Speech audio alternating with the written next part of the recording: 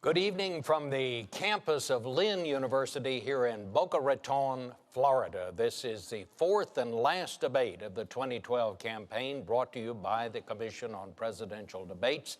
This one's on foreign policy. I'm Bob Schieffer of CBS News. The questions are mine, and I have not shared them with the candidates or their aides. The audience has taken a vow of silence, no applause, no reaction of any kind, except right now, when we welcome President Barack Obama and Governor Mitt Romney.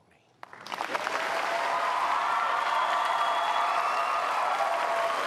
to see you again.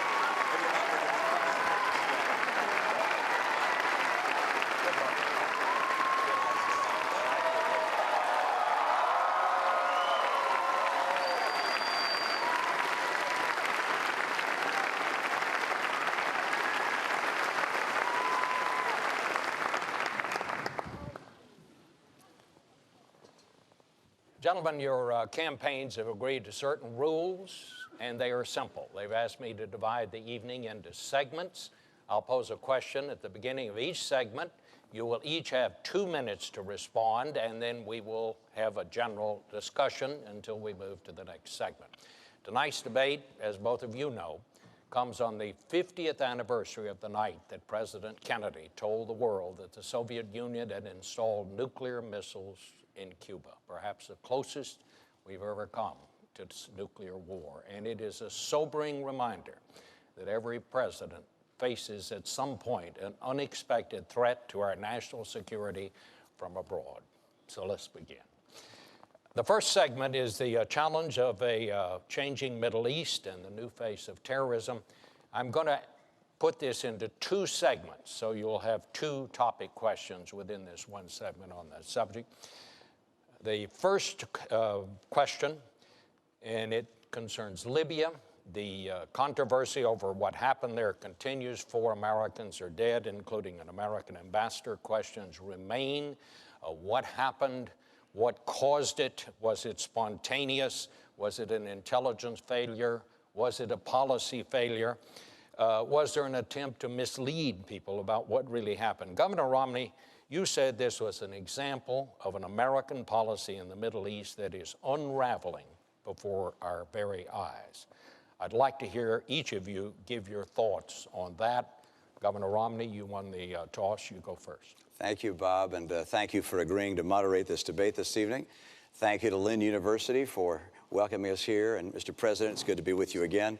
We were together at a humorous event a little earlier, and it's nice to maybe be funny this time, not on purpose. We'll see what happens.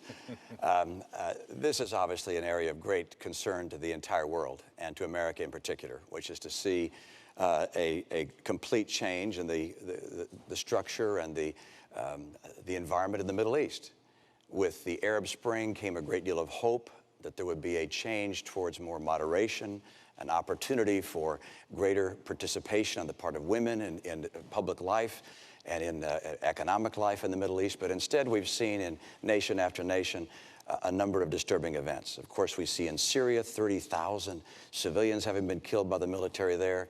We see in Libya an attack apparently by, well, I think we know now, by terrorists of some kind against our people there. 4 people dead. Our hearts and minds go to them. Mali has been taken over, the northern part of Mali, by al-Qaeda type individuals. We have in Egypt a Muslim Brotherhood president. And so what we're seeing is a pretty dramatic reversal in the kind of hopes we had for that region. And of course, the greatest threat of all is Iran, 4 years closer to a nuclear weapon. And we're going to have to recognize that we have to do as the president's done. I congratulate him on taking out Osama bin Laden and going after the leadership in al-Qaeda. But we can't kill our way out of this mess. We're going to have to put in place a very comprehensive and robust strategy to help the world of Islam and other parts of the world reject this radical, violent extremism, which is, it's certainly not on the run. It's certainly not hiding. This is a group that is now involved in 10 or 12 countries, and it presents an enormous threat to our friends, to the world, to America long term, and we must have a comprehensive strategy to help reject this kind of extremism. Mr. President. Well, my first job as Commander-in-Chief, Bob, is to keep the American people safe. and that's what we've done over the last 4 years. We ended the war in Iraq, refocused our attention on those who actually killed us on 9/11. And as a consequence, al-Qaeda's core leadership has been decimated. In addition, we're now able to transition out of Afghanistan in a responsible way, making sure that Afghans take responsibility for their own security. And that allows us also to rebuild alliances and make friends around the world to combat future threats. Now, with respect to Libya, as I indicated in the last debate, when we received that phone call, I immediately made sure that, number one, we did everything we could to secure those Americans who were still in harm's way. Number two, that we would investigate exactly what happened. And number three, most importantly, that we would go after those who killed Americans and we would bring them to justice. And that's exactly what we're going to do. But I think it's important to step back and think about what happened in Libya. And keep in mind that I and Americans took leadership in organizing an international coalition that made sure that we were able to, without putting troops on the ground, at the cost of less than what we spent in 2 weeks in Iraq, liberate a country that had been under the yoke of dictatorship for 40 years, got rid of a despot who had killed Americans. And as a consequence, despite this tragedy, you had tens of thousands of Libyans after the events in Benghazi marching and saying, America is our friend. We stand with them. Now, that represents the opportunity we have to take advantage of. And, Governor Romney, I'm glad that you agree that we have been successful in going after al-Qaeda. But I have to tell you that your strategy previously has been one that has been all over the map and is not designed to keep Americans safe or to build on the opportunities that exist in the Middle East. Well, my strategy is pretty straightforward, which is to go after the bad guys, to make sure we do our very best to interrupt them, to kill them, to take them out of the picture. But my strategy is broader than that. That's important, of course. But the key that we're going to have to pursue is a pathway to get the Muslim world to be able to reject extremism on its own. We don't want another Iraq. We don't want another Afghanistan. That's not the right course for us. The right course for us is to make sure that we go after the people who are leaders of these various anti-American groups and these jihadists, but also help the Muslim world. And how do we do that? The group of Arab scholars came together, organized by the UN, to look at how we can help the world reject these terrorists. And the answer they came up with was this: one, more economic development. We should key our foreign aid, our direct foreign investment, and that of our friends. We should coordinate it to make sure that we push back and give them more economic development. Number two, better education. Number three, gender equality. Number four, the rule of law. We have to help these nations create civil societies. But what's been happening over the last couple of years is, as we've watched this tumult in the Middle East, this rising tide of chaos occur, you see al-Qaeda rushing in, you see other jihadist groups rushing in, and they're throughout many nations in the Middle East. It's wonderful that Libya seems to be making some progress despite this terrible tragedy. But next door, of course, we have Egypt. Libya, 6 million population. Egypt, 80 million population. We want to make sure that we're seeing progress throughout the Middle East, with Mali now having North Mali taken over by al-Qaeda, with Syria having Assad continuing to assassinate, or to kill, to murder his own people. This is a region in tumult, and of course Iran on the path to a nuclear weapon. We've got real problems in the region. But let's give the president a chance. Governor Romney, I'm glad that you recognize that al-Qaeda is a threat, because a few months ago, when you were asked what's the biggest geopolitical threat facing America, you said Russia. Not al-Qaeda, you said Russia. In the 1980s are now calling to ask for their foreign policy back, because the Cold War has been over for 20 years. But Governor, when it comes to our foreign policy, you seem to want to import the foreign policies of the 1980s, just like the social policies of the 1950s and the economic policies of the 1920s. You say that you're not interested in duplicating what happened in Iraq, but just a few weeks ago you said you think we should have more troops in Iraq right now. And the challenge we have, I know you haven't been in a position to actually execute foreign policy, but every time you've offered an opinion, you've been wrong. You said we should have gone into Iraq, despite the fact that there were no weapons of mass destruction. You said that we should still have troops in Iraq to this day.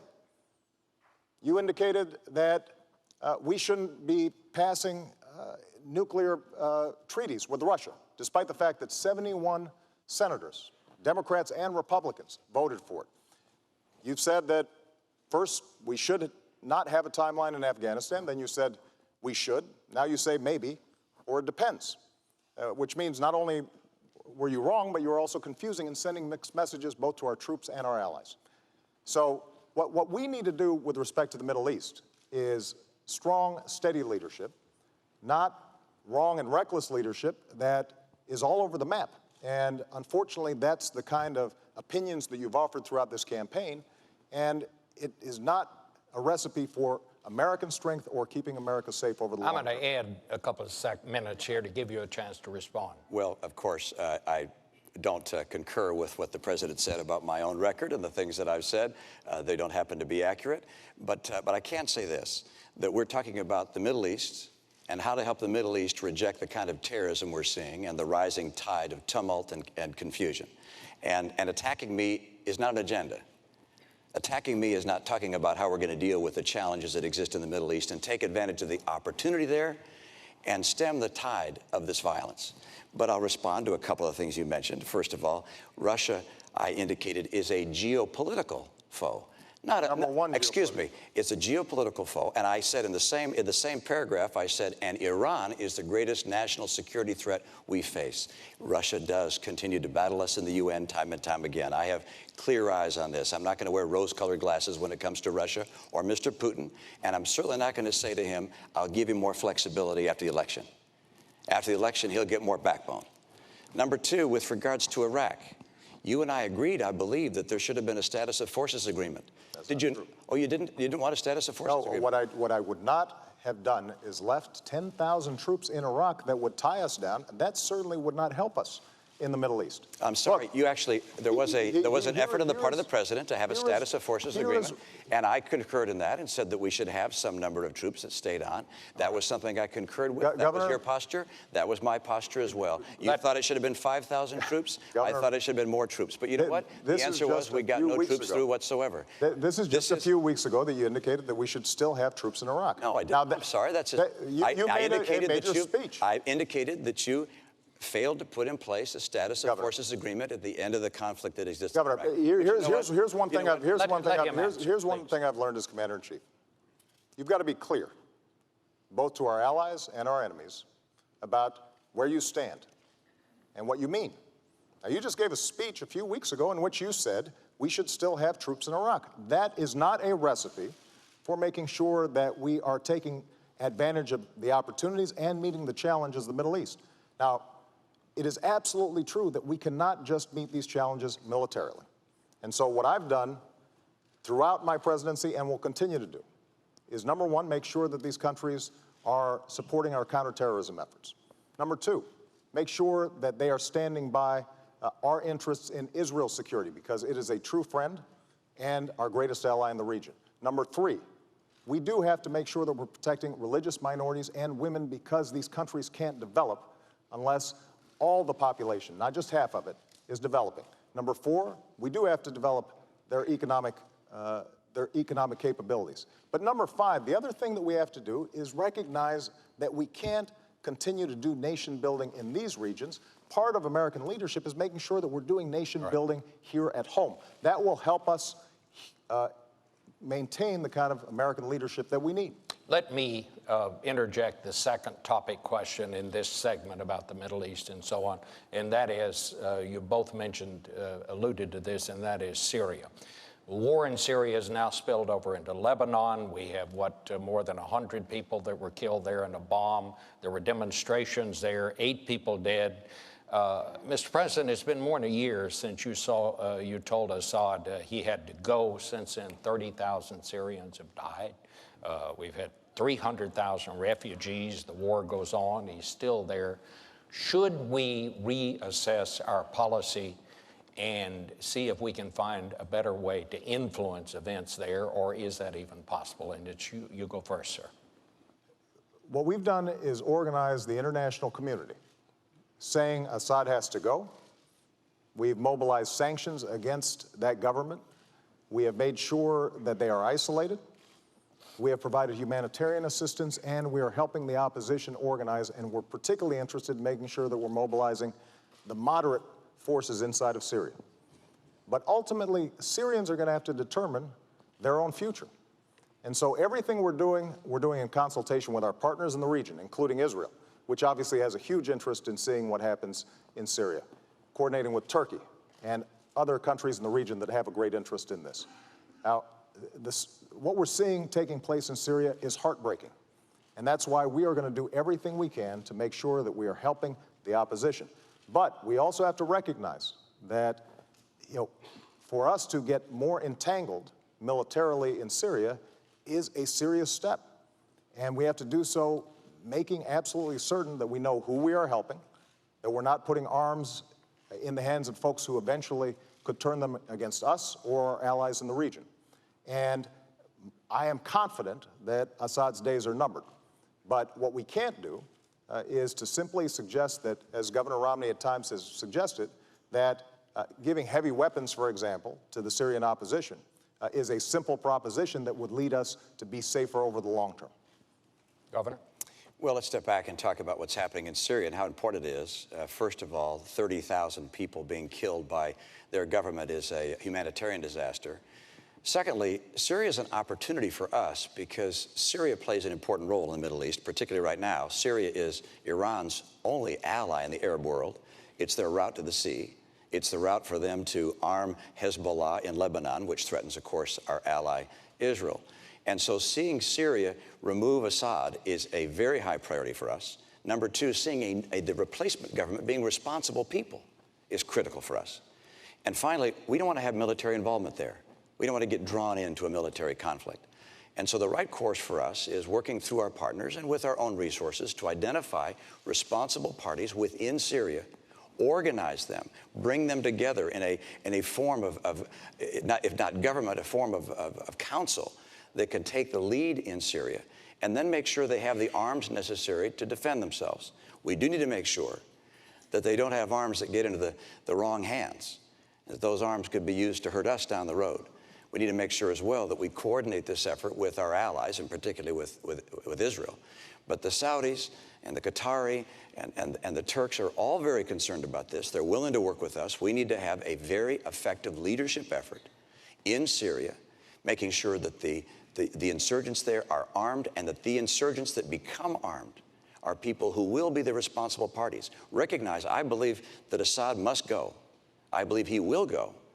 But I believe we want to make sure that we have the relationships of friendship with the people that take his place, such that in the years to come, we see Syria as a friend and Syria as a responsible party in the Middle East. This is a critical opportunity for America. And what I'm afraid of is that we've watched over the past year or so, first the president saying, well, we'll let the UN deal with it. And Kofi Annan came in and said, we're going to try to have a ceasefire. That didn't work.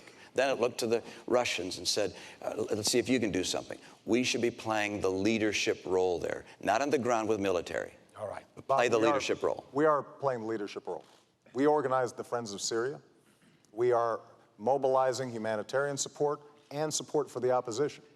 And we are making sure that those we help are those who will be friends of ours in the long term and friends of our allies in the region over the long term. But going back to Libya, because this is an example of how we make choices. When we went into Libya and we were able to immediately stop the massacre there because of the unique circumstances and the coalition that we had helped to organize, we also had to make sure that Muammar Gaddafi didn't stay there. And to the governor's credit, you supported us going into Libya and the coalition that we organized. But when it came time to making sure that Gaddafi did not stay in power, that he was captured, Governor, your suggestion was that this was mission creep, that this was mission muddle. Imagine if we had pulled out at that point. Muammar Gaddafi had more American blood on his hands than any individual other than Osama bin Laden. And so we were going to make sure that we finished the job. That's part of the reason why the Libyans stand with us. But we did so in a careful, thoughtful way, making certain that we knew who we were dealing with, that those forces of moderation on the ground were ones that we could work with. And we have to take the same kind of steady, thoughtful leadership when it comes to Syria. That's exactly what we're doing. Governor, can I just ask you, would you go beyond what the administration would do? Like, for example, would you put in no-fly zones over Syria? I don't want to have our military involved in Syria. I don't think there's a necessity to put our military in Syria at this stage, and I don't anticipate that in the future. As I indicated, our objectives are to replace Assad and to have in place a new government which is friendly to us, a responsible government if possible, and I want to make sure they get armed and they have the arms necessary to defend themselves, but also to remove Assad. But I do not want to see a military involvement on the part of our troops. And this isn't going to be necessary. We have, with our partners in the region, we have sufficient resources to support those groups. But look, this has been going on for a year. This should have been a time for American leadership. We should have taken a leading role, not militarily, but a leading role organizationally, governmentally, to bring together the parties there, to find responsible parties. As you hear from intelligence sources even today, the insurgents are highly disparate. They haven't come together. They haven't formed a unity group, a council of some kind. That needs to happen. America can help that happen. And we need to make sure they have the arms they need to carry out the very important role, which is getting rid of Assad. Could we get a quick response, Mr. President? Because I want to ask about Egypt. I'll be very quick. What you just heard Governor Romney said is he doesn't have different ideas, and that's because we're doing exactly what we should be doing to try to promote a moderate Syrian leadership and an effective transition so that we get Assad out. That's the kind of leadership we've shown. That's the kind of leadership we'll continue to show. May I ask you, during the Egyptian turmoil, there came a point when you said it was time for President Mubarak to go. Some in your administration thought perhaps we should have waited a while on that. Do you have any regrets about that? No, I don't, because I think that America has to stand with democracy. The notion that we would have tanks run over those young people who were in Tahrir Square, that is not the kind of American leadership that John F. Kennedy talked about 50 years ago. But what I've also said is that now that you have a democratically elected government in Egypt, that they have to make sure that they take responsibility for protecting religious minorities. And we have put significant pressure on them to make sure they're doing that. To recognize the rights of women, which is critical throughout the region. These countries can't develop if young women are not given the kind of education that they need. They have to abide by their treaty with Israel. That is a red line for us, because not only is Israel's security at stake, but our security is at stake if that unravels. They have to make sure that they're cooperating with us when it comes to counterterrorism, and we will help them with respect to developing their own economy, because ultimately, what's going to make the Egyptian revolution successful for the people of Egypt, but also for the world, is if those young people who gathered there are seeing opportunities. Their aspirations are similar to young people's here. They want jobs. They want to be able to make sure their kids are going to a good school. They want to make sure that they have a roof over their heads and that they have the prospects of a better life in the future. And so one of the things that we've been doing is, for example, organizing entrepreneurship conferences with these Egyptians to give them a sense of how they can start rebuilding their economy in a way that's non-corrupt, that's transparent. But what is also important for us to understand is that for America to be successful in this region, there's some things that we're going to have to do here at home as well. One of the challenges over the last decade is we've done experiments in nation building in places like Iraq and Afghanistan, and we've neglected, for example, developing our own economy, our own energy sectors, our own education system, and it's very hard for us to project leadership around the world when we're not doing what we need to do. Governor Romney, I want to hear your response to that, but I would just ask you, would you have stuck with Mubarak? No, I believe, as the president indicated and said at the time, that I supported his action there. I felt that I wish we'd have had a better vision of the future. I wish that looking back at the beginning of the president's term and even further back than that we'd have recognized that there was a growing energy and passion for freedom in that part of the world, and that we would have worked more aggressively with our friend and with other friends in the region to have them make the transition towards a more representative form of government, such that it didn't explode in the way it did. But once it exploded, I felt the same as the president did, which is these freedom voices in the streets of Egypt were the people who were speaking of our principles, and President Mubarak had done things which were unimaginable, and the idea of him crushing his people was not something that we could possibly support. Let me step back and talk about what I think our mission has to be in the Middle East and even more broadly, because our purpose is to make sure the world is peaceful.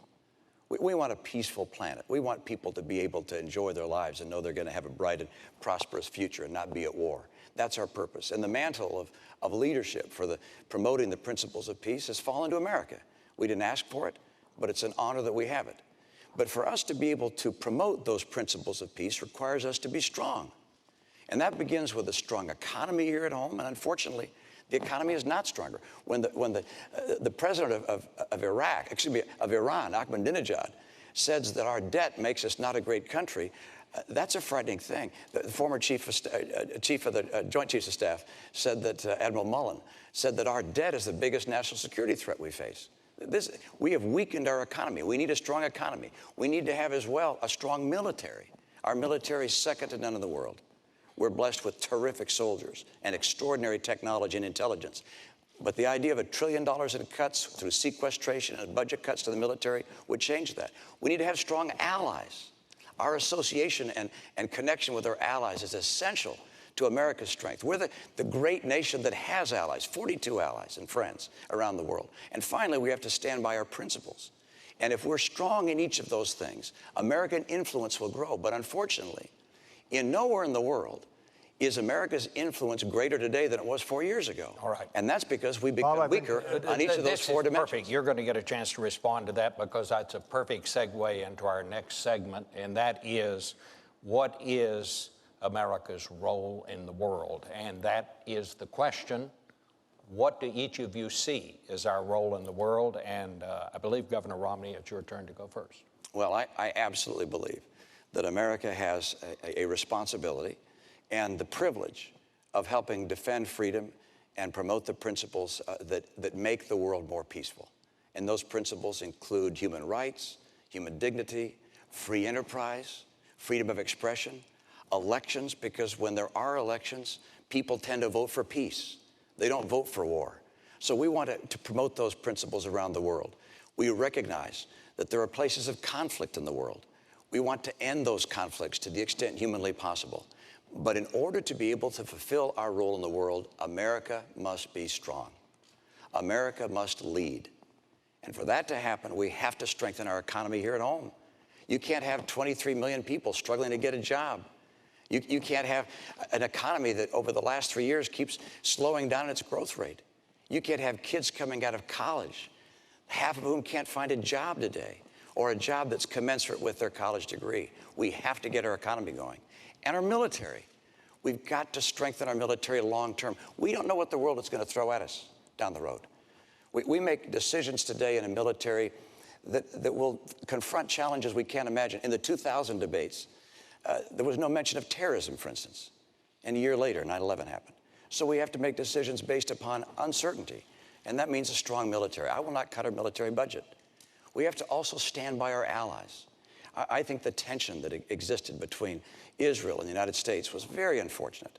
I think also that pulling our missile defense program out of Poland in the way we did was also unfortunate in terms of, if you will, disrupting the relationship in some ways that existed between us. And then, of course, with regards to standing for our principles, when the students took to the streets in Tehran and the people there protested, the Green Revolution occurred. For the president to be silent, I thought, was an enormous mistake. We have to stand for our principles, stand for our allies, stand for a strong military, and stand for a stronger economy. Mr. President. America remains the one indispensable nation. And the world needs a strong America, and it is stronger now than when I came into office. Because we ended the war in Iraq, we were able to refocus our attention on not only the terrorist threat, but also beginning a transition process in Afghanistan. It also allowed us to refocus on alliances and relationships that had been neglected for a decade. And Governor Romney, our alliances have never been stronger. In Asia, in Europe, in Africa, with Israel, where we have unprecedented military and intelligence cooperation, including dealing with the Iranian threat. But what we also have been able to do is position ourselves so we can start rebuilding America. And that's what my plan does. Making sure that we're bringing manufacturing back to our shores so that we're creating jobs here, as we've done with the auto industry, not rewarding companies that are shipping jobs overseas. Making sure that we've got the best education system in the world, including retraining our workers for the jobs of tomorrow. Doing everything we can to control our own energy. We've cut our oil imports to the lowest level in 2 decades because we've developed oil and natural gas, but we also have to develop clean energy technologies that will allow us to cut our exports in half by 2020. That's the kind of leadership that we need to show. And we've got to make sure that we reduce our deficit. Unfortunately, Governor Romney's plan doesn't do it. We've got to do it in a responsible way by cutting out spending we don't need, but also by asking the wealthiest to pay a little bit more. That way we can invest in the research and technology that's always kept us at the cutting edge. Now, Governor Romney has taken a different approach throughout this campaign. You know, both at home and abroad, he has proposed wrong and reckless policies. You know, he's praised George Bush as a good economic steward and Dick Cheney as somebody who shows great wisdom and judgment. And taking us back to those kinds of strategies that got us into this mess are not the way that we are going to maintain leadership in the 21st century. Governor Romney, wrong and reckless policies? I've got a policy for the future and an agenda for the future. And when it comes to our economy here at home, I know what it takes to create 12 million new jobs and rising take-home pay. And what we've seen over the last 4 years is something I don't want to see over the next 4 years. The president said by now we'd be at 5.4% unemployment. We're 9 million jobs short of that. I will get America working again and see rising take-home pay again, and I'll do it with 5 simple steps. Number 1, we are going to have North American energy independence. We're going to do it by taking full advantage of oil, coal, gas, nuclear, and our renewables. Number 2, we're going to increase our trade. Trade grows about 12% per year. It doubles about every 5 or so years. We can do better than that, particularly in Latin America. The opportunities for us in Latin America, we have just not taken advantage of fully. As a matter of fact, Latin America's economy is almost as big as the economy of China. We're all focused on China. Latin America is a huge opportunity for us. Time zone, language opportunities. Number 3, we're going to have training programs that work for our workers and schools that finally put the parents and the teachers and the kids first, and the teachers' union is going to have to go behind. And then we're going to have to get to a balanced budget. We can't expect entrepreneurs and businesses large and small to take their life savings or their company's money and invest in America if they think we're headed to the road to Greece. And that's where we're going right now unless we finally get off this spending and borrowing binge. And I'll get us on track to a balanced budget. And finally, number 5, we've got to champion small business. Small business is where jobs come from. 2/3 of our jobs come from small businesses. New business formation is down at the lowest level in 30 years under this administration. I want to bring it back and get back good jobs and rising take-home pay. Well, let's talk about what we need to compete. First of all, Governor Romney talks about small businesses, but Governor, when you were in Massachusetts, small businesses development ranked about 48th, I think, out of 50 states in Massachusetts, because the policies that you're promoting actually don't help small businesses. And the way you define small businesses include folks at the very top. And they include you and me. That's not the kind of small business promotion we need. But let's take an example that we know is going to make a difference in the 21st century, and that's our education policy. We didn't have a lot of chance to talk about this in the last debate. You know, under my leadership, what we've done is reformed education, working with governors, 46 states. We've seen progress and gains in schools that were having a terrible time, and they're starting to finally make progress. And what I now want to do is to hire more teachers, especially in math and science, because we know that we've fallen behind when it comes to math and science. And those teachers can make a difference. Now, Governor Romney, when you were asked by teachers whether or not this would help the economy grow, you said this isn't going to help the economy grow. When you were asked about reduced class sizes, you said class sizes don't make a difference. But I tell you, if you talk to teachers, they will tell you it does make a difference. And if we've got math teachers who are able to provide the kind of support that they need for our kids, That's what's going to determine whether or not the new businesses are created here, companies are going to locate here, depending on whether we've got the most highly skilled workforce, and the kinds of budget proposals that you've put forward. When we don't ask either you or me to pay a dime more in terms of reducing the deficit, but instead we slash support for education, that's undermining our long-term competitiveness. That is not good for America's position in the world, and the world notices.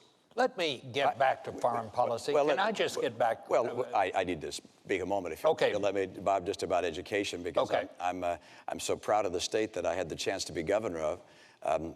We have every 2 years tests that look at how well our kids are doing. 4th graders and 8th graders are tested in English and math.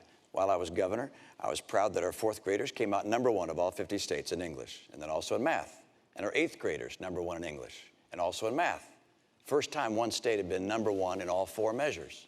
How do we do that? Well, Republicans and Democrats came together on a bipartisan basis to put in place education principles that focused on having great teachers in the classroom. 10 years and earlier, that was what allowed us to become the #1 state in the nation. But that was 10 years before you took office. Absolutely. And then you cut education spending when you came into office. And we kept our schools #1 in the nation. They're still #1 today. All right. And the principles that we put in place, we also gave kids not just a graduation exam that determined whether they were up to the skills needed to be able to compete, but also if they graduated the top quarter of their class, they got a 4-year tuition-free ride at any Massachusetts public institution of higher learning. That happened before you came into office. That was actually mine, Mr. President. You got that fact wrong. I want to try to shift it because we have heard some of this in the other debates. Governor, you say you want a bigger military. You want a bigger Navy. You don't want to cut defense spending. What I want to ask you, we're talking about financial problems in this country. Where are you going to get the money? Well, let's come back and talk about the military, but all the way through. First of all, I'm going through from the very beginning. We're going to cut about 5% of the discretionary budget, excluding military. That's #1. But can you do this without driving the good news is I'll be happy to have you take a look. Come on our website. You'll look at how we get to a balanced budget within 8 to 10 years.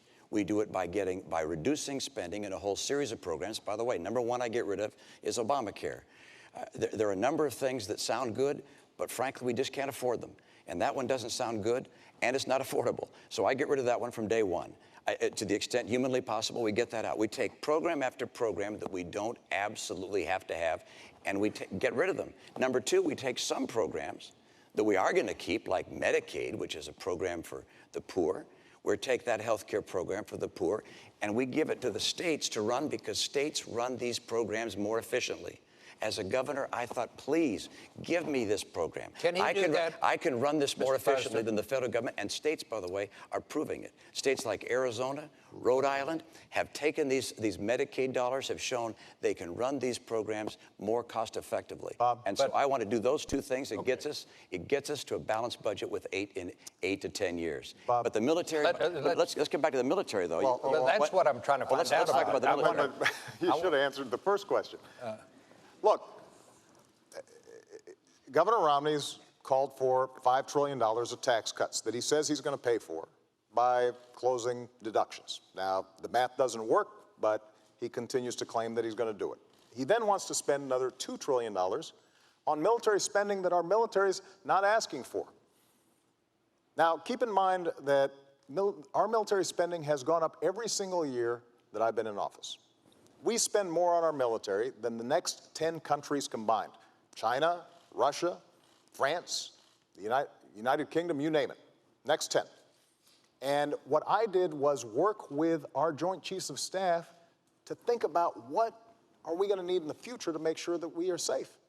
And that's the budget that we've put forward. But what you can't do is spend $2 trillion in additional military spending that the military is not asking for, $5 trillion on tax cuts. You say that you're going to pay for it by closing loopholes and deductions without naming what those loopholes and deductions are. And then somehow you're also going to deal with the deficit that we've already got. The math simply doesn't work.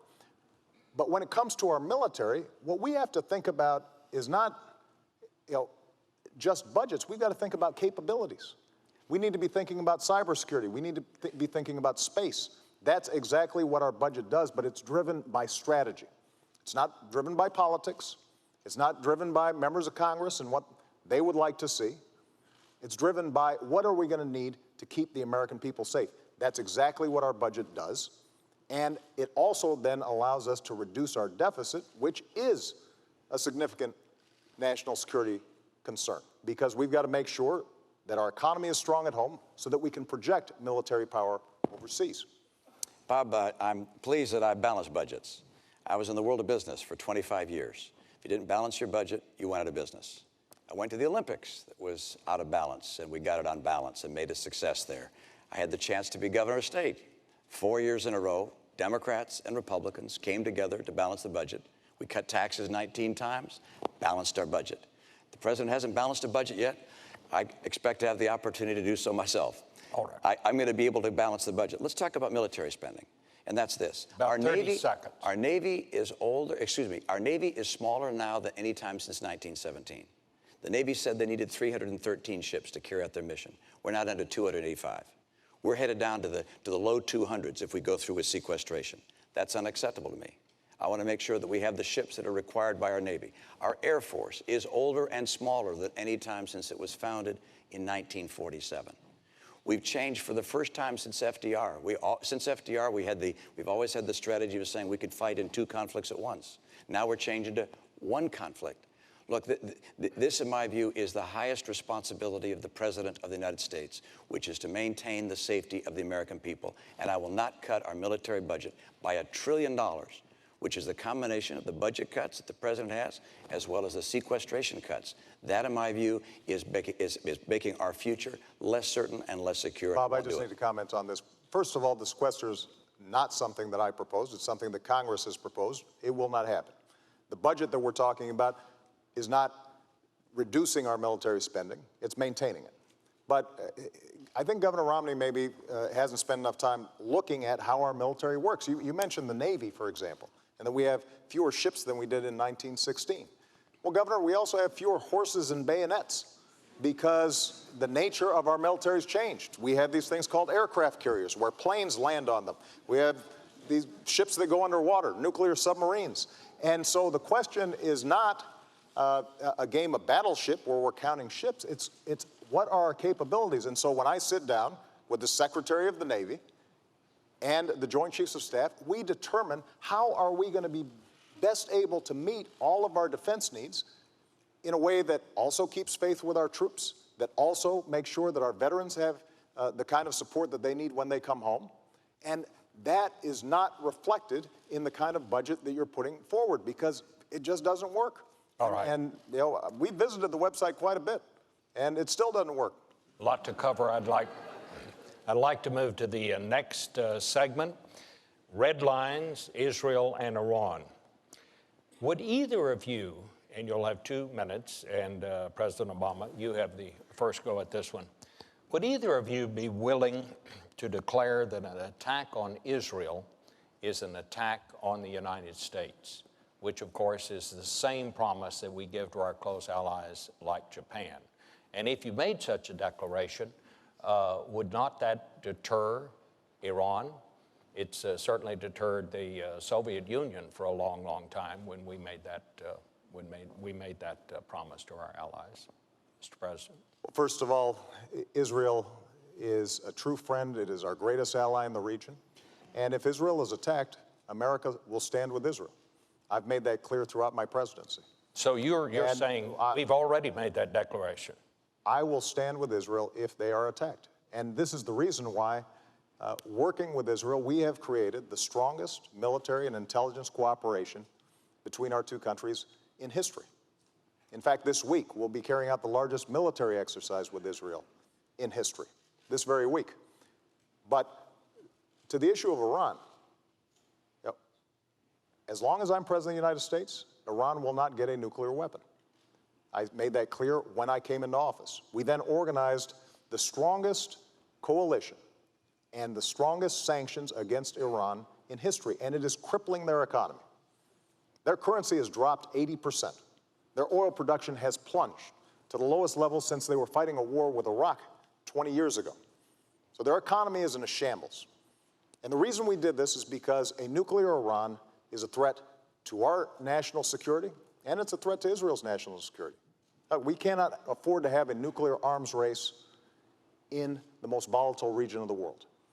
Iran's a state sponsor of terrorism, and for them to be able to provide nuclear technology to non-state actors, that's unacceptable.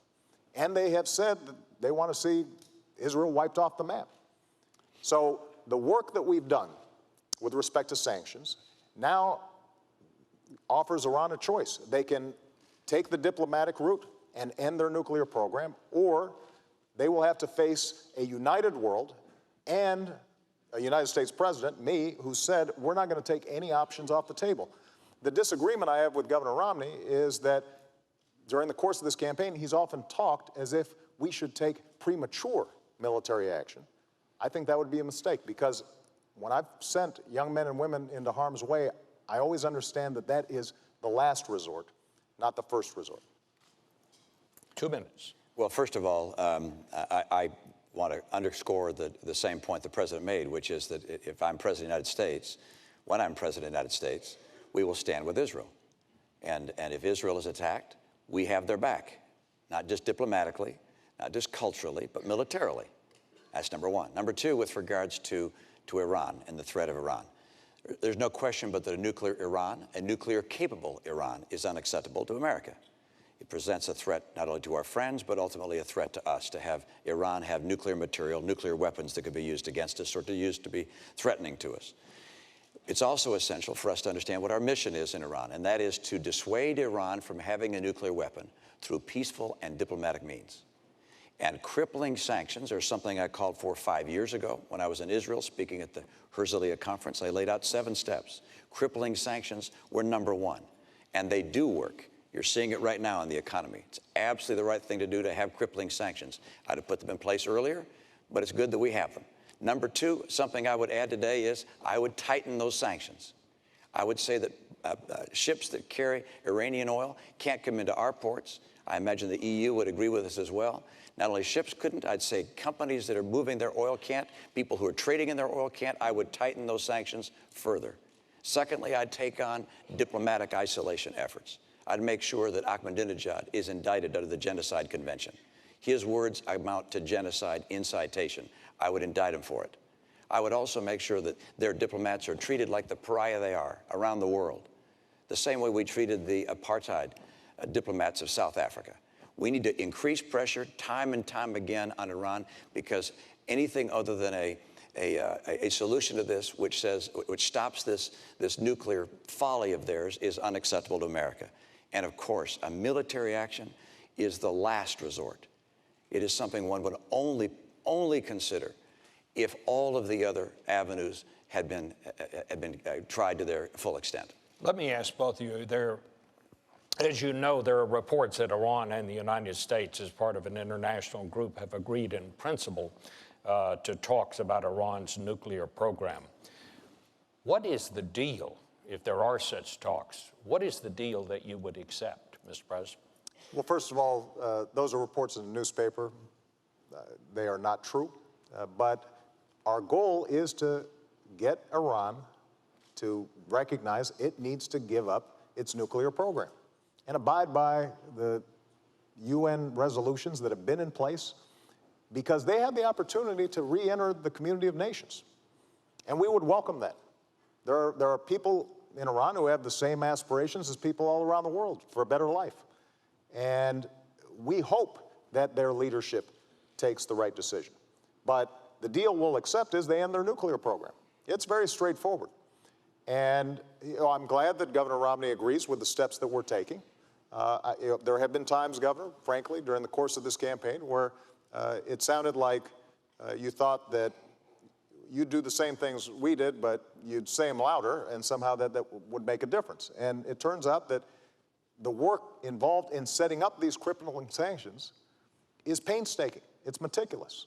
We started from the day we got into office, and the reason it was so important, and this is a testament to how we've restored American credibility and strength around the world, is we had to make sure that all the countries participated, even countries like Russia and China. Because if it's just us that are imposing sanctions, we've had sanctions in place for a long time. it's because we got everybody to agree that Iran is seeing so much pressure. And we've got to maintain that pressure. There is a deal to be had, and that is that they abide by the rules that have already been established. They convince the international community they are not pursuing a nuclear program. There are inspections that are very intrusive, but over time, what they can do is regain credibility. In the meantime, though, we're not going to let up the pressure until we have clear evidence that takes place. And one last thing, just to make this point. The clock is ticking. We're not going to allow Iran to perpetually engage in negotiations that lead nowhere. And I've been very clear to them. Because of the intelligence coordination that we do with a range of countries, including Israel, we have a sense of when they would get breakout capacity, which means that we would not be able to intervene in time to stop their nuclear program. And that clock is ticking. And we're going to make sure that if they do not meet the demands of the international community, then we are going to take all options necessary to make sure they don't have a nuclear weapon. Governor. I think from the very beginning, one of the challenges we've had with Iran is that they have looked at this administration and felt that the administration was not as strong as it needed to be. I think they saw weakness where they had expected to find American strength. And I say that because from the very beginning, the president in his campaign some 4 years ago said he'd meet with all the world's worst actors in his first year. He'd sit down with Chavez and Kim Jong-il, with Castro, and with President Ahmadinejad of Iran. And I think they looked and thought, well, that's an unusual honor to receive from the President of the United States. And then the President began what I've called an apology tour of going to various nations in the Middle East and criticizing America. I think they looked at that and saw weakness. Then when there were dissidents in the streets of Tehran, a green revolution, holding signs saying, "Is America with us?" the President was silent. I think they noticed that as well. And I think that when the President said he was going to create daylight between ourselves and Israel, that they noticed that as well. All of these things suggested, I think, to the Iranian mullahs that, hey, we can keep on pushing along here. We can keep talks going on, but we're just going to keep on spinning centrifuges. Now there are some 10,000 centrifuges spinning uranium, preparing to create a nuclear threat to the United States and to the world. That's unacceptable for us, and it's essential for a president to show strength from the very beginning, to make it very clear what is acceptable and not acceptable. And an Iranian nuclear program is not acceptable to us. They must not develop nuclear capability. And the way to make sure they understand that is by having from the very beginning the tightest sanctions possible. They need to be tightened. Our diplomatic isolation needs to be tougher. We need to indict Ahmadinejad. We need to put the pressure on them as hard as we possibly can. Because if we do that, we won't have to take the military action. Bob, let me just respond. Nothing Governor Romney just said is true. Starting with this notion of me apologizing. This has been probably the biggest whopper that's been told during the course of this campaign. And every fact checker and every reporter who's looked at it, Governor has said this is not true. And when it comes to tightening sanctions, look, as I said before, we've put in the toughest, most crippling sanctions ever. And the fact is, while we were coordinating an international coalition to make sure these sanctions were effective, you were still invested in a Chinese state oil company that was doing business with the Iranian oil sector. So I'll let the American people decide, judge, who's going to be more effective and more credible when it comes to imposing crippling sanctions. And with respect to our attitude about the Iranian Revolution, I was very clear about the murderous activities that had taken place, and that was contrary to international law and everything that civilized people stand for. And so the strength that we have shown in Iran is shown by the fact that we've been able to mobilize the world. When I came into office, the world was divided. Iran was resurgent. Iran is at its weakest point economically, strategically, militarily, than in many years. And we are going to continue to keep the pressure on to make sure that they do not get a nuclear weapon. That's in America's national interest, and that will be the case so long as I'm president. We're 4 years closer to a nuclear Iran. We're 4 years closer to a nuclear Iran.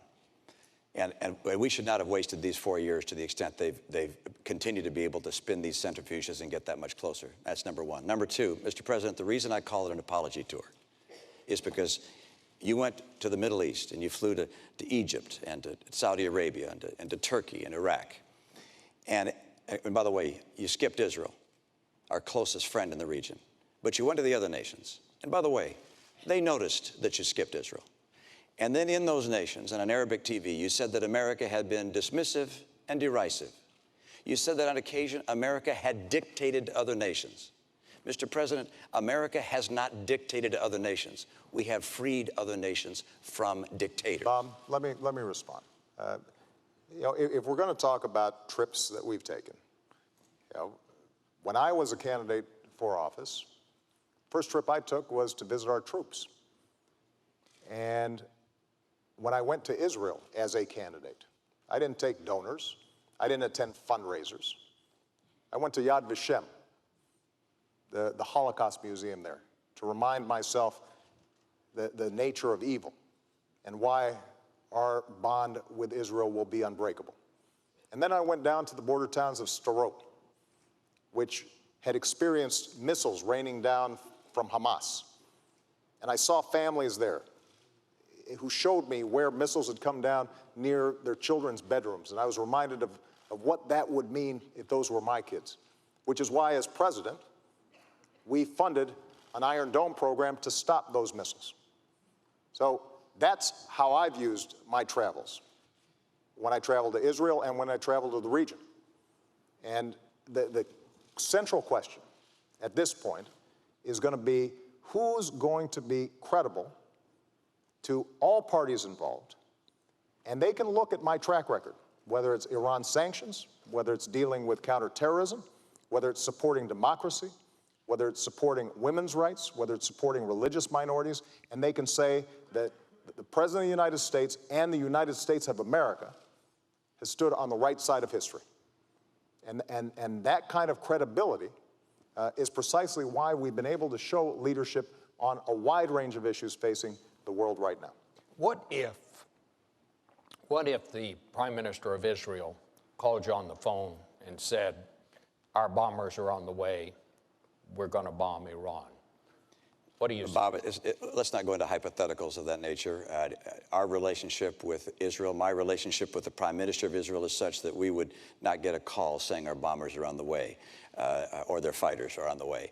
This is the kind of thing that would have been discussed and thoroughly evaluated well before that kind of last minute. So you say it just wouldn't happen. That's okay. Well, let's see what. But let me come back. Let's come back and go back to what the president was speaking about, which is what's happening in the world, and the president's statement that things are going so well. Look, I look at what's happening around the world, and I see Iran 4 years closer to a bomb. I see the Middle East with a rising tide of violence, chaos, tumult.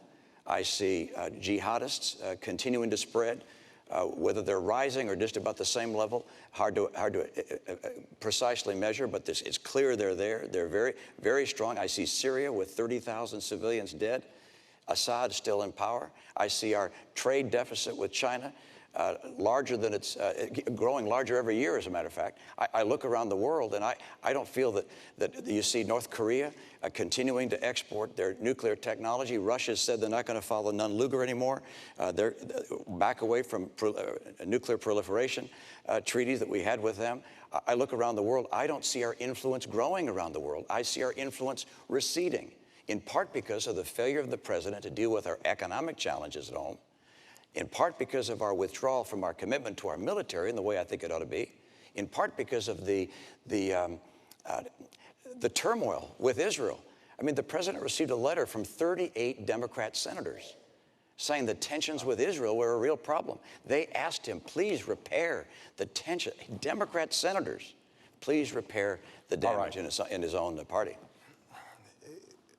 Governor, the problem is that on a whole range of issues, whether it's the Middle East, whether it's Afghanistan, whether it's Iraq, whether it's now Iran, you've been all over the map. I mean, I'm pleased that you now are endorsing our policy of applying diplomatic pressure and potentially having bilateral discussions with the Iranians to end their nuclear program. But just a few years ago, you said that's something you'd never do. In the same way that you initially opposed a timetable in Afghanistan. Now you're for it, although it depends. In the same way that you say you would have ended the war in Iraq, but recently gave a speech saying that we should have 20,000 more folks in there. The same way that you said that it was mission creep to go after Gaddafi. When it comes to going after Osama bin Laden, you said, well, any president would make that call. But when you were a candidate in 2008, as I was, and I said if I got bin Laden in our sights, I would take that shot, you said we shouldn't move heaven and earth to get one man. And you said we should ask Pakistan for permission. And if we had asked Pakistan for permission, we would not have gotten it. And it was worth moving heaven and earth to get him. You know, after we killed bin Laden, I was at Ground Zero for a memorial and talked to a young woman who was 4 years old when 9/11 happened. And the last conversation she had with her father was him calling from the Twin Towers, saying, Peyton, I love you and I will always watch over you. And for the next decade, she was haunted by that conversation. And she said to me, you know, by finally getting bin Laden, that brought some closure to me.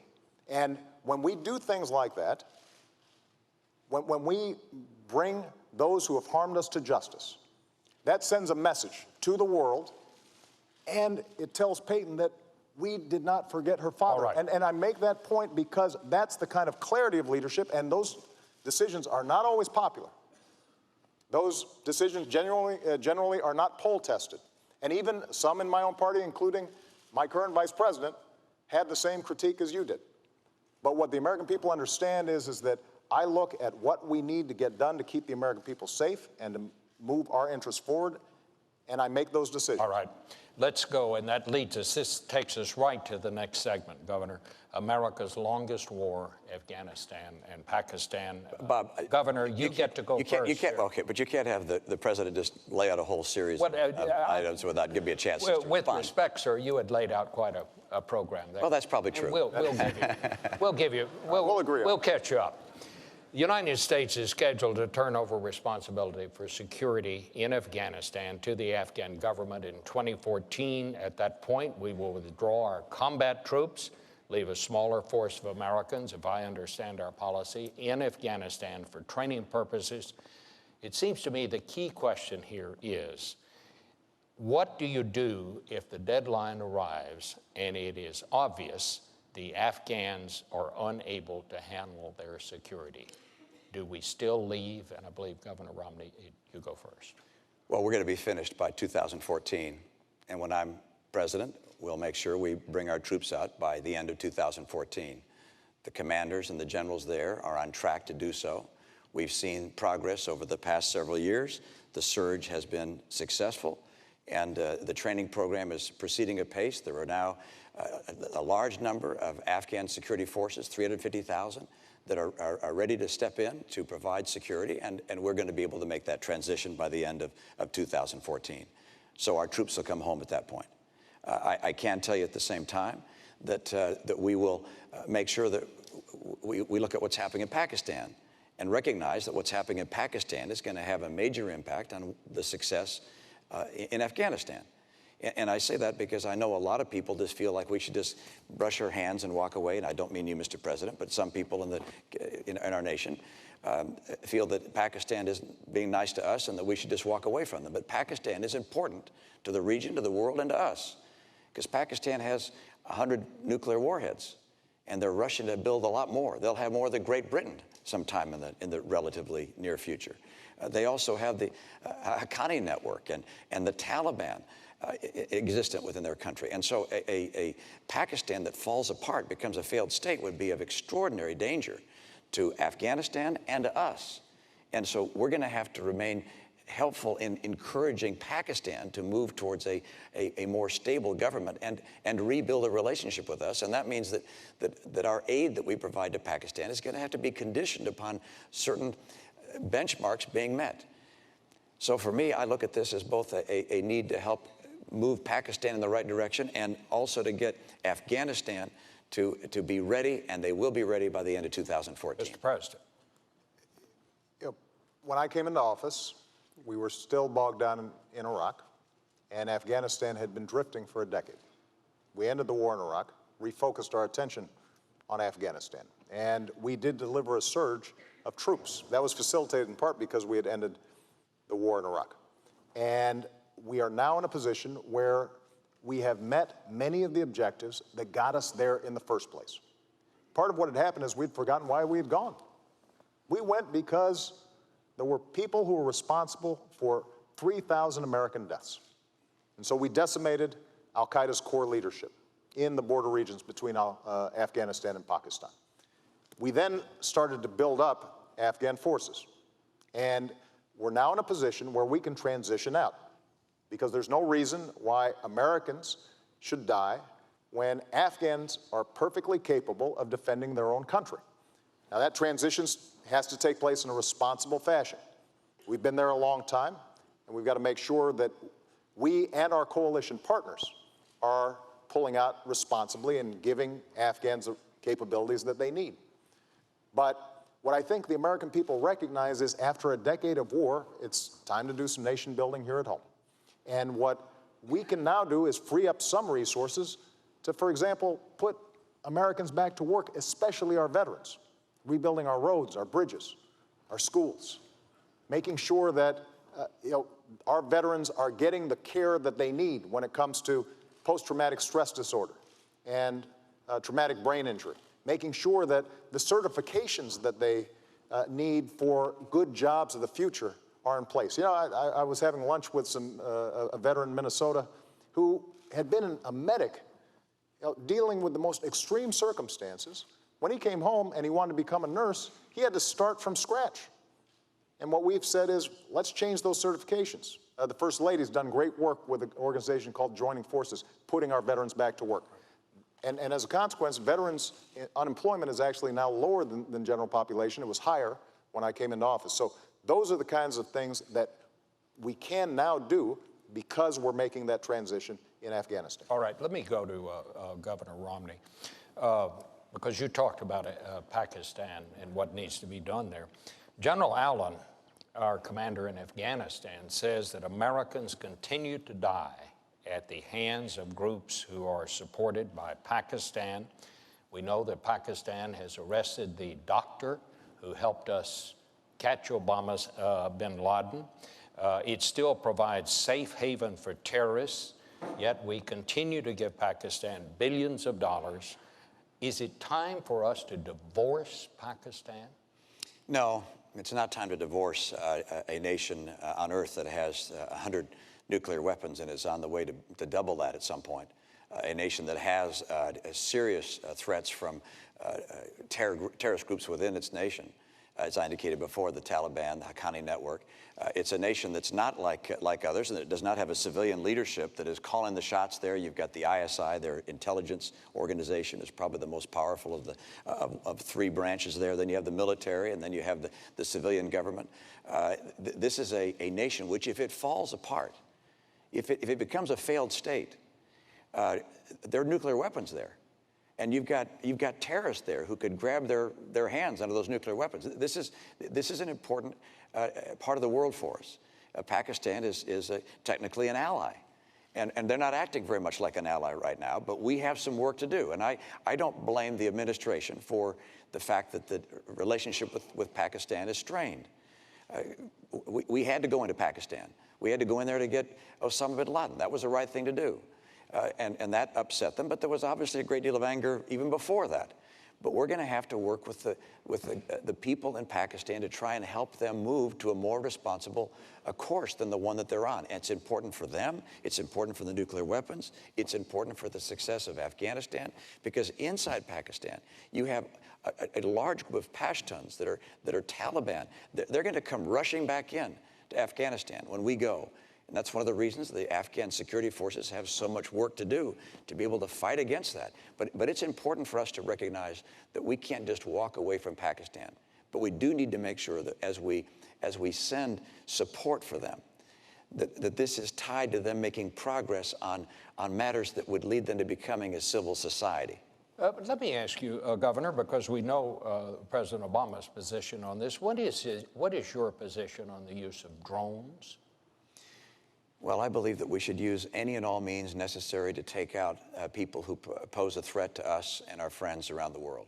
And it's widely reported that drones are being used in drone strikes, and I support that entirely and feel the President was right to up the usage of that technology and believe that we should continue to use it to continue to go after the people who represent a threat to this nation and to our friends. Let me also note that, as I said earlier, we're going to have to do more than just going after leaders and killing bad guys. Important as that is, we're also going to have a far more effective and comprehensive strategy to help move the world away from terror and Islamic extremism. We haven't done that yet. We talk a lot about these things, but you look at the record. You look at the record of the last 4 years and say, is Iran closer to a bomb? Yes. Is the Middle East in tumult? Yes. Is al-Qaeda on the run, on its heels? No. Are Israel and the Palestinians closer to reaching a peace agreement? No, they haven't had talks in 2 years. We have not seen the progress we need to have, and I'm convinced that with strong leadership and an effort to build a strategy based upon helping these nations reject extremism, we can see the kind of peace and prosperity the world demands. Well, keep in mind, our strategy wasn't just going after bin Laden. We've created partnerships throughout the region to deal with extremism, in Somalia, in Yemen, in Pakistan. And what we've also done is engage these governments in the kind of reforms that are actually going to make a difference in people's lives day to day, to make sure that their governments aren't corrupt, to make sure that they are treating women with the kind of respect and dignity that every nation that succeeds has shown, and to make sure that they've got a free market system that works. So across the board, we are engaging them in building capacity in these countries, and we have stood on the side of democracy. One thing I think Americans should be proud of, when Tunisians began to protest, this nation, my administration, stood with them earlier than just about any other country. In Egypt, we stood on the side of democracy. In Libya, we stood on the side of the people. And as a consequence, there is no doubt that attitudes about Americans have changed. But there are always going to be elements in these countries that potentially threaten the United States. And we want to shrink those groups and those networks, and we can do that. But we're always also going to have to maintain vigilance when it comes to terrorist activities. The truth, though, is that al-Qaeda is much weaker than it was when I came into office, and they don't have the same capacities to attack the U.S. homeland and our allies as they did 4 years ago. Let's go to the next segment, because it's a very important one. It is the rise of China and future challenges for America. I want to just begin this by asking both of you, and Mr. President, you go first this time. What do you believe is the greatest future threat to the national security of this country? Well, I think it will continue to be terrorist networks. We have to remain vigilant, as I just said. But with respect to China, China's both an adversary, but also a potential partner in the international community if it's following the rules. So my attitude coming into office was that we are going to insist that China plays by the same rules as everybody else. And I know Americans had seen jobs being shipped overseas, businesses and workers not getting a level playing field when it came to trade. And that's the reason why I set up a trade task force to go after cheaters when it came to international trade. That's the reason why we have brought more cases against China for violating trade rules than the previous administration had done in 2 terms. And we've won just about every case that we've filed that has been decided. In fact, just recently, steel workers in Ohio and throughout the Midwest, Pennsylvania, are in a position now to sell steel to China because we won that case. We had a tire case in which they were flooding us with cheap domestic tires or cheap Chinese tires. And we put a stop to it. and as a consequence, save jobs throughout America. I have to say that Governor Romney criticized me for being too tough in that tire case. Said this wouldn't be good for American workers and that it would be protectionist. But I tell you, those workers don't feel that way. They feel as if they had finally an administration who was going to take this issue seriously. Over the long term, in order for us to compete with China, we've also got to make sure, though, that we're taking care of business here at home. If we don't have the best education system in the world, if we don't continue to put money into research and technology that will allow us to create great businesses here in the United States, that's how we lose the competition. And unfortunately, Governor Romney's budget and his proposals would not allow us to make those investments. All right, Governor. Well, first of all, it's not government that makes business successful. It's not government investments that make businesses grow and hire people. Let me also note that the greatest threat that the world faces, the greatest national security threat, is a nuclear Iran. Let's talk about China. China has an interest that's very much like ours in one respect, and that is they want a stable world. They don't want war. They don't want to see protectionism. They don't want to see the world break out into various forms of chaos, because they have to manufacture goods and put people to work. They have about 20 million people coming out of the farms every year, coming into the cities, needing jobs. So they want the economy to work and the world to be free and open. And so we can be a partner with China. We don't have to be an adversary in any way, shape, or form. We can work with them. We can collaborate with them if they're willing to be responsible. Now, they look at us and say, is it a good idea to be with America? How strong are we going to be? How strong is our economy? They look at the fact that we owe them $1 trillion and owe other people $16 trillion in total, including them. They look at our decision to cut back on our military capabilities. $1 trillion. The Secretary of Defense called these $1 trillion of cuts to our military devastating. It's not my term. It's the President's own Secretary of Defense called them devastating. They look at America's commitments around the world, and they see what's happening, and they say, well, okay, is America going to be strong? And the answer is yes. If I'm president, America will be very strong. We'll also make sure that we have trade relations with China that work for us.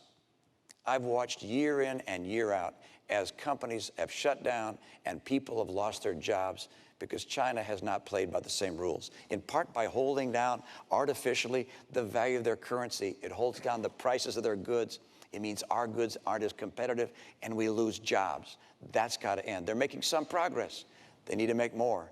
That's why on day one, I will label them a currency manipulator, which allows us to apply tariffs where they're taking jobs. They're stealing our intellectual property, our patents, our designs, our technology, hacking into our computers, counterfeiting our goods.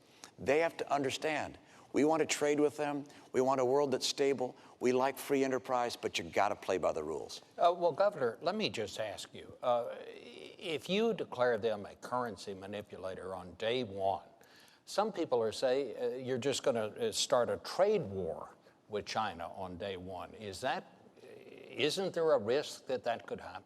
Well, they sell us about this much stuff every year, and we sell them about this much stuff every year.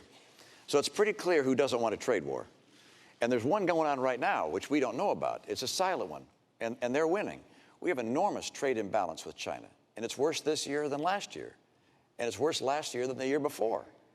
And so we have to understand that we can't just surrender and lose jobs year in and year out. We have to say to our friends in China, look, you guys are playing aggressively. We understand it, but this can't keep on going.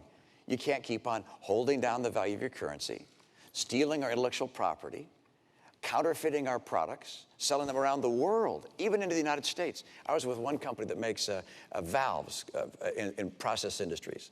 And they said, look, we were having some valves coming in that were broken, and we had to repair them under warranty. And we looked them up, and they had our serial number on them. And then we noticed that there was more than one with that same serial number. There were counterfeit products being made overseas with the same serial number as a U.S. company, the same packaging. These were being sold into our market and around the world as if they were made by the U.S. competitor. This can't go on. I want a great relationship with China. China can be our partner. But that doesn't mean they can just roll all over us and steal our jobs on an unfair basis. Well, Governor Romney is right. You are familiar with jobs being shipped overseas because you invested in companies that were shipping jobs overseas. And, you're right. I mean, that's how our free market works. But I've made a different bet on American workers. If we had taken your advice, Governor Romney, about our auto industry, we'd be buying cars from China instead of selling cars to China. If we take your advice with respect to how we change our tax codes so that companies that earn profits overseas don't pay U.S. taxes compared to companies here that are paying taxes, that's estimated to create 800,000 jobs. The problem is they won't be here. They'll be in places like China. And if we're not making investments in education and basic research, which is not something that the private sector is doing at a sufficient pace right now and has never done, then we will lose the lead in things like clean energy technology. Now, with respect to what we've done with China already, U.S. exports have doubled since I came into office to China, and actually currencies are at their most advantageous point for U.S. exporters since 1993. We absolutely have to make more progress, and that's why we're going to keep on pressing. And when it comes to our military and Chinese security, part of the reason that we were able to pivot to the Asia-Pacific region after having ended the war in Iraq and transitioning out of Afghanistan is precisely because this is going to be a massive growth area in the future. And we believe China can be a partner, but we're also sending a very clear signal that America is a Pacific power, that we are going to have a presence there. We are working with countries in the region to make sure, for example, that ships can pass through, that commerce continues, and we're organizing trade relations with countries other than China so that China starts feeling more pressure about meeting basic international standards. That's the kind of leadership we've shown in the region. That's the kind of leadership that we'll continue to show. I just want to take one of those points. Again, attacking me is not talking about an agenda for getting more trade and opening up more jobs in this country. But the president mentioned the auto industry and that somehow I would be in favor of jobs being elsewhere. Nothing could be further from the truth. I'm a son of Detroit. I was born in Detroit. My dad was head of a car company. I like American cars. And I would do nothing to hurt the U.S. auto industry. My plan to get the industry on its feet when it was in real trouble was not to start writing checks. It was President Bush that wrote the first checks. I disagree with that. I said these companies need to go through a managed bankruptcy. And in that process, they can get government help and government guarantees, but they need to go through bankruptcy to get rid of excess cost and the debt burden that they'd built up. And fortunately, Governor Romney, the president that's not what you said. Fortunately, the president, you can take a look at the op-ed. Governor Romney, you did not say that you would provide governor help. I said that we would provide guarantees, and that was what was able to allow these companies to go through bankruptcy, to come out of bankruptcy. Under no circumstances would I do anything other than to help this industry get on its feet. And the idea that has been suggested that I would liquidate the industry, of course not. Of course not. Let's check the record. That's the height of silliness. I have never said I would liquidate the industry. Governor, I want to keep the industry Detroit, growing and thriving. And that's why I have the kind of commitment to make sure that our industries in this country can compete and be successful. We in this country can compete successfully with anyone in the world, and we're going to.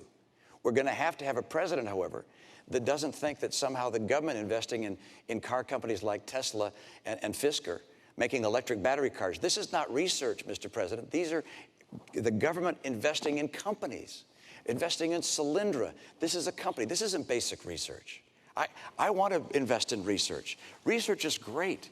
Providing funding to universities and think tanks, great. But investing in companies, absolutely not. Governor, that's the wrong way to go. I'm still speaking. Well, so I want to make sure that we make America more competitive, and that we do those things that make America the most attractive place in the world for entrepreneurs, innovators, businesses to grow. But your investing in companies doesn't do that.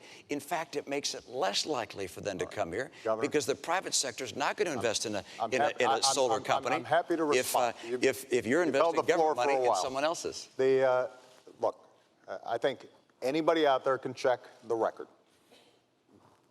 Governor Romney, you keep on trying to airbrush history here.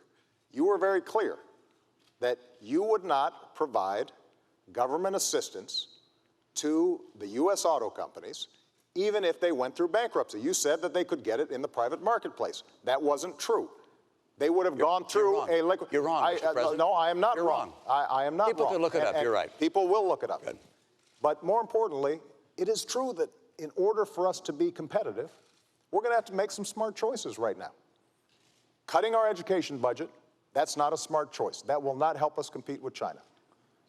Cutting our investments in research and technology, that's not a smart choice. That will not help us compete with China.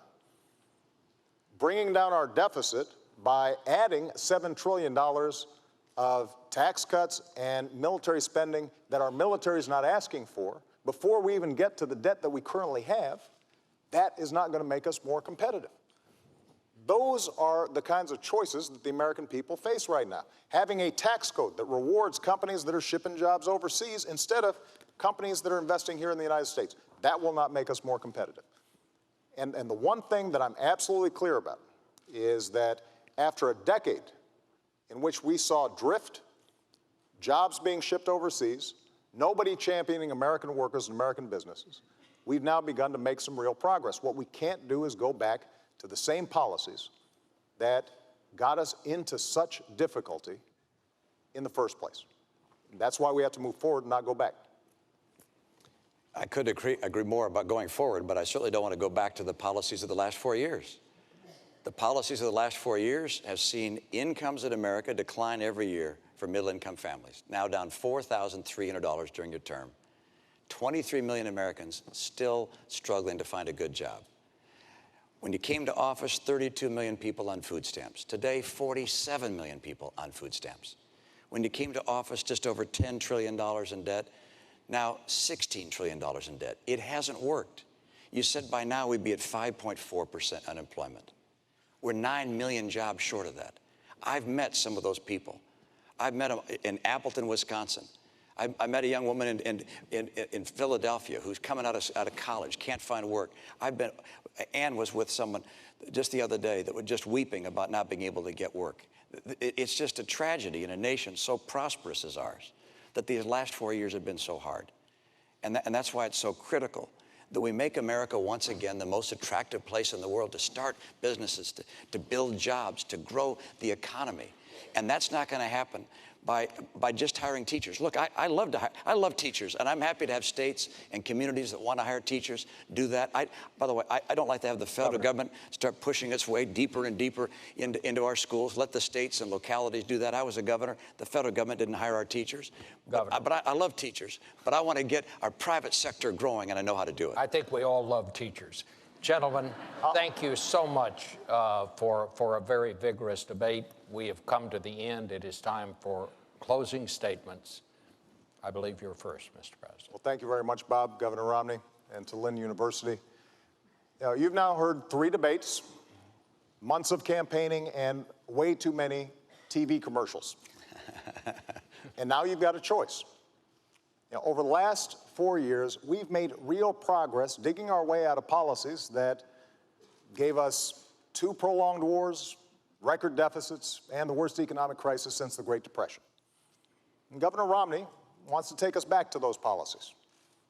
Foreign policy that's wrong and reckless, economic policies that won't create jobs, won't reduce our deficit, but will make sure that folks at the very top don't have to play by the same rules that you do.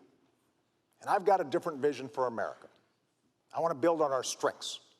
And I've put forward a plan to make sure that we're bringing manufacturing jobs back to our shores by rewarding companies and small businesses that are investing here, not overseas. I want to make sure we've got the best education system in the world, and we're retaining our workers for the jobs of tomorrow. I want to control our own energy by developing oil and natural gas, but also the energy sources of the future. Yes, I want to reduce our deficit by cutting spending that we don't need, but also by asking the wealthy to do a little bit more so that we can invest in things like research and technology that are the key to a 21st century economy. As Commander-in-Chief, I will maintain the strongest military in the world, keep faith with our troops, and go after those who would do us harm. But after a decade of war, I think we all recognize we got to do some nation building here at home, rebuilding our roads, our bridges, and especially caring for our veterans who sacrificed so much for our freedom. And we've been through tough times, but we always bounce back because of our character, because we pull together. And if I have the privilege of being your president for another 4 years, I promise you I will always listen to your voices, I will fight for your families, and I will work every single day to make sure that America continues to be the greatest nation on earth. Thank you. Governor. Thank you. Bob, Mr. President, folks at Lynn University, good to be with you. I'm optimistic about the future. I'm excited about our prospects as a nation. I want to see peace. I want to see growing peace in this country. It's our objective. We have an opportunity to have real leadership. America is going to have that kind of leadership and continue to promote principles of peace that will make a world a safer place and make people in this country more confident that their future is secure. I also want to make sure that we get this economy going. And there are two very different paths the country can take. One is a path represented by the president, which at the end of 4 years would mean we'd have $20 trillion in debt, heading towards Greece. I'll get us on track to a balanced budget. The president's path will mean continuing declining in take-home pay. I want to make sure our take-home pay turns around and starts to grow. The president's path means 20 million people out of work, struggling for a good job. I'll get people back to work with 12 million new jobs. I'm going to make sure that we get people off of food stamps, not by cutting the program, but by getting them good jobs. America's going to come back, and for that to happen, we're going to have a president who can work across the aisle. I was in a state where my legislature was 87% Democrat. I learned how to get along on the other side of the aisle. We've got to do that in Washington. Washington is broken. I know what it takes to get this country back, and we'll work with good Democrats and good Republicans to do that. This nation is the hope of the earth. We've been blessed by having a nation that's free and prosperous thanks to the contributions of the greatest generation. They've held a torch for the world to see, a torch of freedom and hope and opportunity. Now it's our turn to take that torch. I'm convinced we'll do it. We need strong leadership. I'd like to be that leader with your support. I'll work with you. I'll lead you in an open and honest way, and I ask for your vote. I'd like to be the next president of the United States to support and help this great nation and to make sure that we all together maintain America as the hope of the earth. Thank you so much. Gentlemen, thank you both so much. That brings an end to this year's debates, and we want to thank Lynn University and its students for having us. As I always do at the end of these debates, I leave you with the words of my mom, who said, "Go vote. Makes you feel big and strong." That's great. Good night. Thank you, Bob. Thank you. Nice Thank you, job. Governor. Thank you. I really enjoyed it.